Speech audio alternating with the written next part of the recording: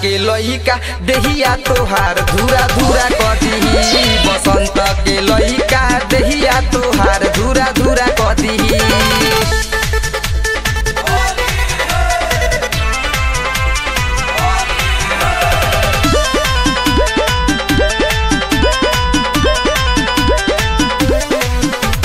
गल रंगवले बारू लाल कलर से बोल ना आइल बारू कवना शहर से गल रंगवले बारू लाल कलर से बोल ना आइल बारू कवना शहर से सुनो ये साली रंग देने हम डाली काम पूरा कदी साउजी के लइका देहिया तोहार धूरा धूरा कदी बिनावा के लइका देहिया तोहार धूरा धूरा कदी ओ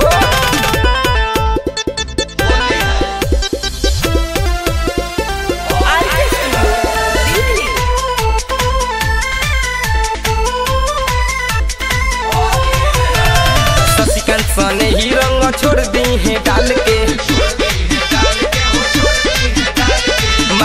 मतल भी तो हर मिस दी है गाल के सुना शशिकांत सने ही रंग छोड़ दी है डाल के महतम बुधन तो हर मिस दी है गाल के राइटर शैलेश अधूरा काम तो हर अब पूरा कदी अहिरा के लइका देहिया तोहार धूरा धूरा कदी बाबना के लइका देहिया तोहार धूरा धूरा कदी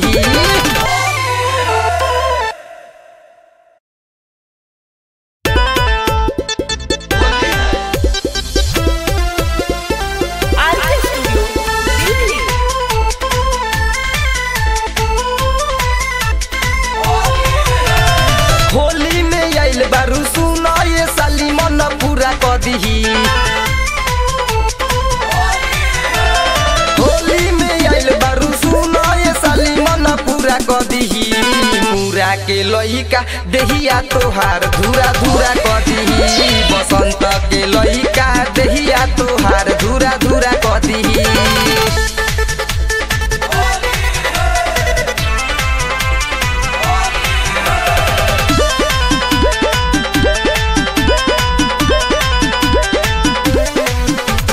गल रंगवले बारू लाल कलर से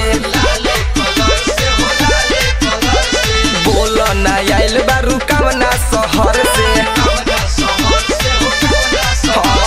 गल रंगवले बारू लाल कलर से बोल ना आइल बारू कवना शहर से सुनो ये साली रंग देने हम डाली काम पूरा कदी साउजी के लइका देहिया तोहार धूरा धूरा कदी